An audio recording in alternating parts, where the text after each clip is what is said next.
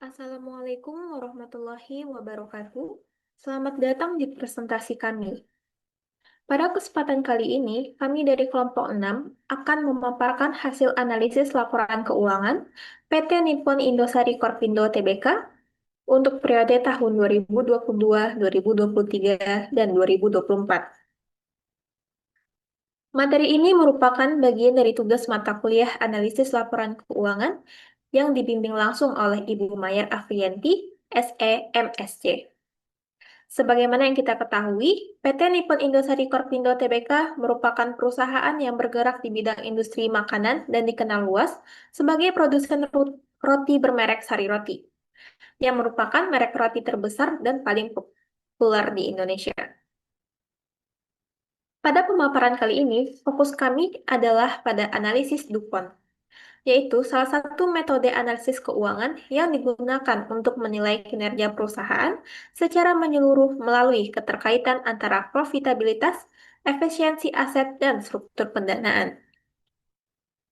Analisis ini membantu mengidentifikasi faktor-faktor utama yang mempengaruhi tingkat pengembalian perusahaan, baik dari sisi kemampuan menghasilkan laba, efektivitas penggunaan aset, maupun tingkat penggunaan utang dalam pendanaan. Melalui hasil perhitungan dan perbandingan dari tahun 2022 hingga pada tahun 2024, kami berupaya menunjukkan bagaimana efisiensi operasional, struktur biaya, serta kebijakan pendanaan perusahaan dapat mempengaruhi kinerja keuangannya dari waktu ke waktu. Sebelum masuk ke pemaparan hasil analisis DuPont, izinkan saya memperkenalkan anggota dari kelompok 6 yang telah berperan dalam penyusunan dan analisis laporan ini. Yang pertama, saya sendiri, Raisa Adrianti dengan NIM 2304322, kemudian Sarah Ariska dengan NIM 2304324, selanjutnya Sheila Azlina dengan NIM 2304326, kemudian Tatia Putri Kemalah dengan NIM 2304058, dan yang terakhir Tiffany dengan NIM 2304359.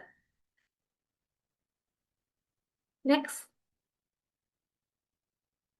Sebelum masuk ke pemaparan dari hasil analisis DuPont, terlebih dahulu kita harus mengetahui apa yang dimaksud dengan ROI dan juga fungsi utama dari ROI itu sendiri. ROI merupakan salah satu rasio keuangan yang digunakan untuk menilai sejauh mana dana yang ditanamkan dalam suatu perusahaan mampu menghasilkan laba. Rasio ini mencerminkan tingkat efektivitas manajemen dalam memanfaatkan modal yang dimiliki untuk memperoleh keuntungan bersih. ROI umumnya dinyatakan dalam bentuk persentase dengan cara membandingkan laba bersih terhadap total investasi yang telah dikeluarkan. Next.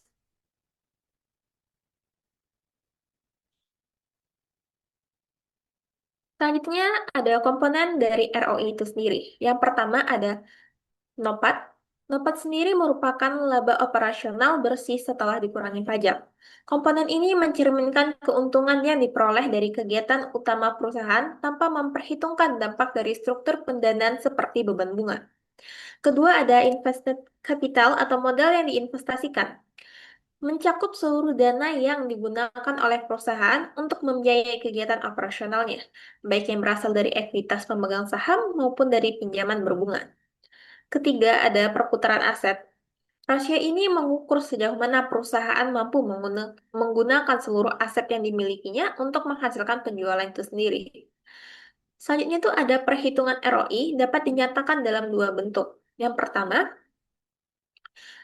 dengan rumus ROI sama dengan NOPAT dibagi modal yang diinvestasikan dikali 100%, atau bisa juga dengan rumus ROI sama dengan profit margin dikali total asset turnover. Next.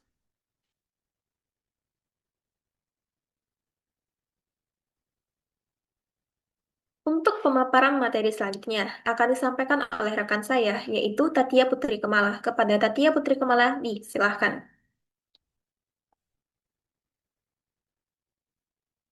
Baiklah, terima kasih kepada moderator. Baiklah, kali ini saya akan menjelaskan tentang hubungan antara ROI dengan analisis profitabilitas atau profit margin dan asset turnover. Profit margin atau margin laba bersih itu Profit margin menunjukkan seberapa besar laba bersih yang dihasilkan perusahaan dari setiap rupiah penjualan. Rasio ini menggambarkan kemampuan perusahaan dalam mengendalikan biaya operasional serta menghasilkan keuntungan dari aktivitas penjualan. Semakin tinggi nilai margin laba, semakin besar pula kontribusinya terhadap peningkatan ROI. Lalu yang kedua, aset turnover atau perputaran aset. Aset turnover itu mengukur sejauh mana perusahaan menggunakan asetnya secara efisien untuk menghasilkan pendapatan. Semakin tinggi tingkat perputaran aset, semakin cepat aset tersebut berubah menjadi penjualan yang pada akhirnya akan meningkatkan ROI perusahaan. Hubungan antara kedua rasio tersebut dapat dinyatakan dengan rumus berikut. ROI sama dengan profit margin dikali aset turnover. Next.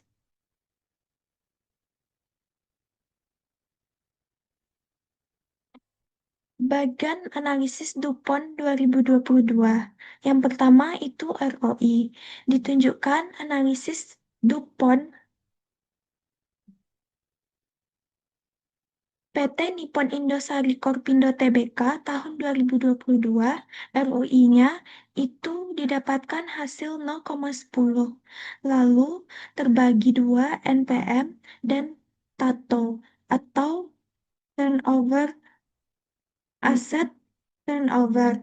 NPM itu dihasilkan 11%, lalu TATO itu 0,95. Lalu didapat hasil NPM itu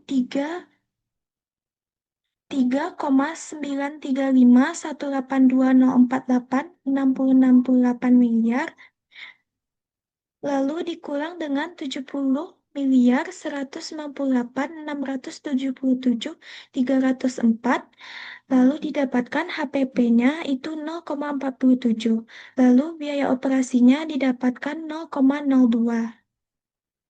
Lalu di sebelahnya ada biaya bunga yaitu sebesar 50.456.631.438.000. Lalu biaya pajak itu 140.534.997.731.000.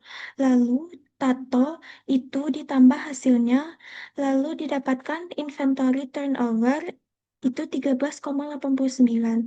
Lalu cash turnover didapat 5,29 miliar. 5,29. Lalu receivable turnover itu 9,07. Lalu fixed asset itu didapat 1, DuPont PT Nippon Indosari Korpindo Tbk tahun 2022. 2022. Yang pertama ROE yaitu didapatkan 0,15, lalu terbagi dua ROA dan leverage. ROA itu didapatkan 0,10, leverage 1,55. ROA itu terbagi dua, ada NPM dan TATO. NPM itu didapatkan 11%, lalu TATO 0,95. Lalu NPM itu ada 4 bagian, HPP didapatkan 0,47, lalu bunga 0,01, lalu biaya operasi 0,02, pajak 0,04. Lalu di bagian TATO ada 4 bagian. Yang pertama, inventory turnover itu didapatkan 13,89. Lalu cash turnover itu 5,29. Lalu receivable turnover itu 9,07. Lalu fixed asset turnover itu 1,37.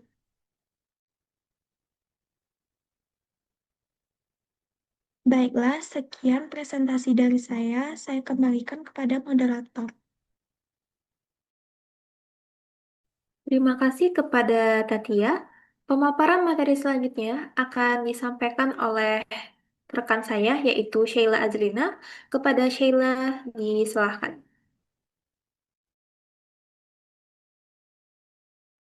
6,56.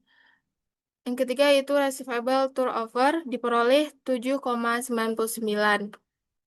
Yang keempat yaitu Fixed asset turnover diperoleh 0,95. Yang selanjutnya itu NPM diperoleh dari HPP yaitu 0,46. Yang kedua biaya operasi 0,02. Next. Selanjutnya yaitu ROE, di mana ROE menghasilkan 0,13 yang diperoleh dari ROA kali leverage. ROA sama dengan 0,08 dikali leverage sama dengan 0,69. Kemudian ROA diperoleh dari NPM sama dengan 9% dikali 0,95. NPM ini diperoleh dari penjualan rupiah dikurang biaya rupiah dan menghasilkan HPP sama dengan 0,46, kemudian biaya operasi 0,02, kemudian bunga sama dengan 0,02, pajak sama dengan 0,02. Kemudian tato diperoleh dengan 4 bagian. Yang pertama itu inventory turnover sama dengan 12,15%, cash turnover sama dengan 0,56. Yang ketiga itu receivable turnover memperoleh hasil 7,99.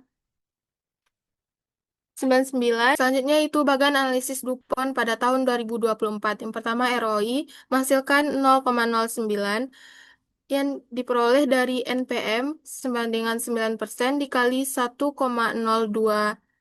dikali tato sama dengan 1,02 yang diperoleh dari inventory turnover sama dengan 12,12, cash turnover sama dengan 8,12, receivable turnover sama dengan 8,69, fixed asset turnover sama dengan 1,43.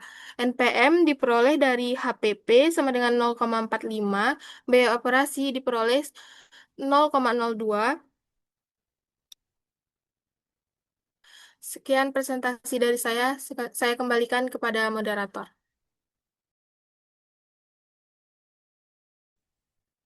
Terima kasih kepada Sheila.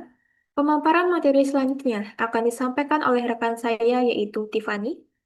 Kepada Tiffany, disilahkan.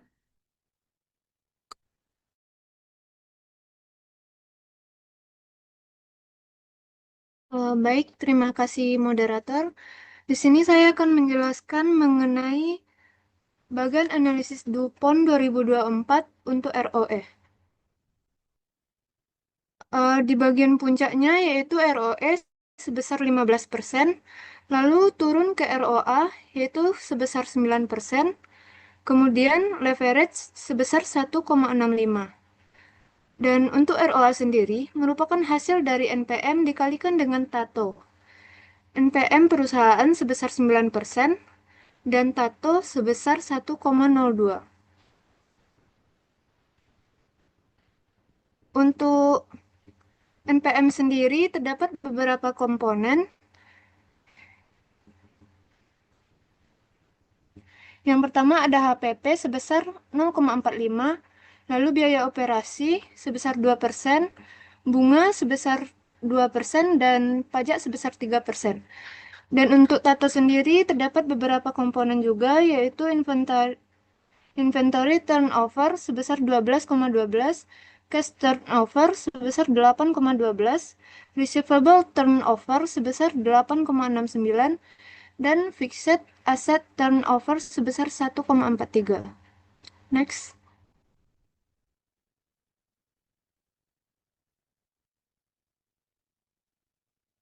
Selanjutnya yaitu hasil analisis. Yang pertama ada perhitungan total aset turnover pada PT Nippon Indosari Korpindo Tbk periode 2022-2024.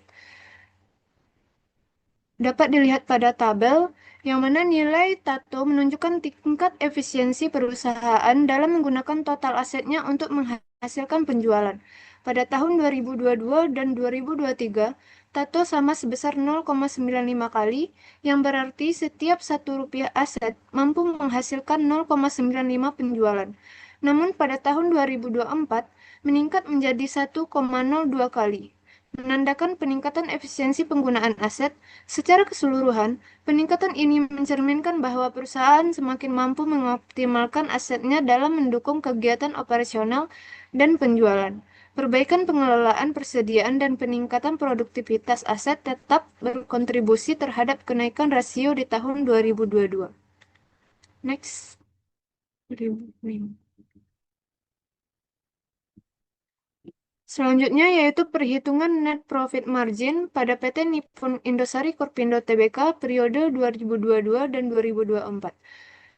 Dapat dilihat pada tabel, yaitu rasio NPM menggambarkan seberapa besar laba bersih yang diperoleh dari setiap rupiah penjualan. Tahun 2022 menunjukkan margin tertinggi yaitu sebesar 11%, lalu menurun menjadi 9% pada 2023 dan tetap stabil di angka 9% pada tahun 2024. Penurunan tersebut dapat disebabkan oleh kenaikan biaya bahan baku dan operasional yang tidak diimbangi oleh peningkatan pendapatan secara signifikan.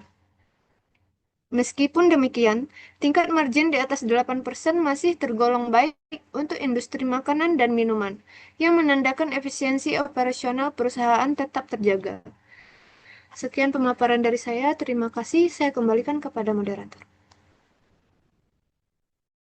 Terima kasih kepada Tiffany. Pemaparan materi selanjutnya akan disampaikan oleh rekan saya, yaitu Sarah Ariska. Kepada Sarah Ariska, disilahkan.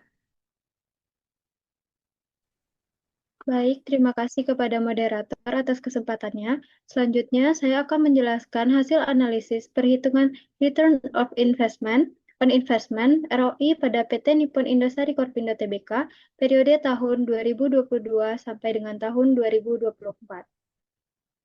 Dapat kita lihat pada tabel, di tahun 2022, net profit margin-nya yaitu sebesar 11% dengan total aset turnover-nya sebanyak 0,95 kali dan didapat ROI-nya sebesar 10%. Sementara di tahun 2023, itu net profit margin-nya sebesar 9% dengan total aset turnover-nya sebanyak 0,95 kali dan ROI yang didapat yaitu 8%. Di tahun 2024, net profit margin-nya sebesar 9% dan total aset turnover-nya sebanyak 1,02 kali dan didapat ROI-nya sebesar 9%. Return on investment atau ROI menunjukkan tingkat pengembalian atas total aset yang digunakan oleh perusahaan. Tahun 2022 mencatat ROI sebesar 10%, turun menjadi 8% di tahun 2023 dan kembali naik menjadi 9% di tahun 2024. Penurunan di tahun 2023 berkaitan dengan turunnya margin laba bersih meskipun efisiensi aset cenderung stabil. Kenaikan kembali di tahun 2024 menunjukkan adanya pemulihan kinerja investasi. Rata-rata ROI selama 3 tahun sebesar 9%, yang menandakan bahwa PT Nippon Indosari Korpindo Tbk cukup efektif dalam menghasilkan laba dari aset yang diinvestasikan.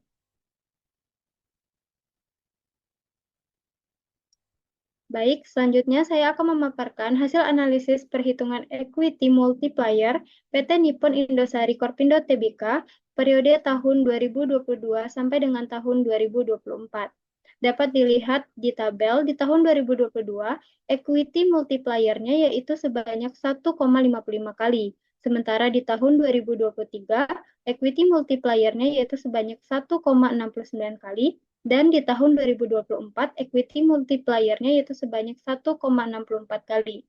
Rasio equity multiplier atau EM menunjukkan seberapa besar aset perusahaan dibiayai oleh ekuitas dibandingkan dengan utang.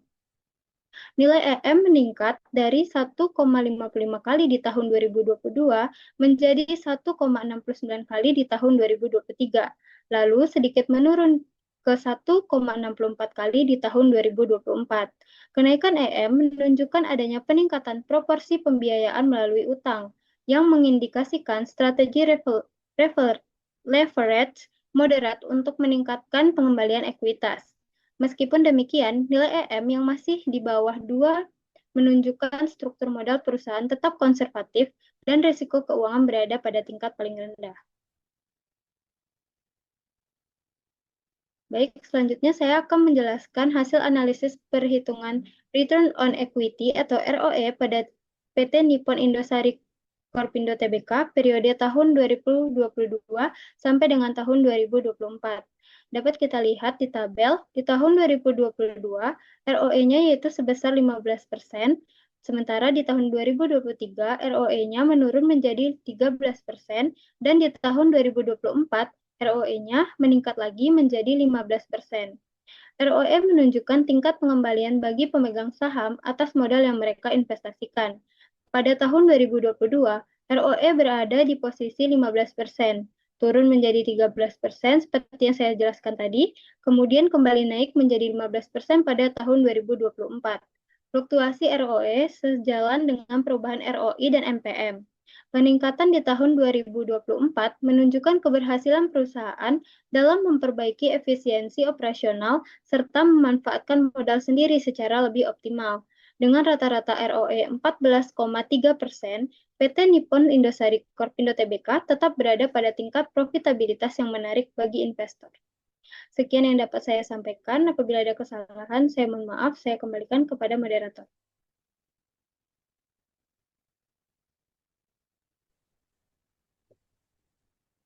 Terima kasih kepada Sarah Ariska dan rekan-rekan semuanya yang telah memaparkan materi mengenai analisis DuPont pada laporan keuangan PT Nippon Indosari Korpindo Tbk untuk tahun 2022 hingga pada tahun 2024. Selanjutnya, saya akan menyampaikan kesimpulan dari hasil analisis yang telah dijelaskan sebelumnya, yang di mana Tato menunjukkan peningkatan efisiensi aset dari 0,95 menjadi 1,02 kali. Selanjutnya, NPM menurun dari 11% menjadi 9%, namun tetap berada pada tingkat profitabilitas yang baik.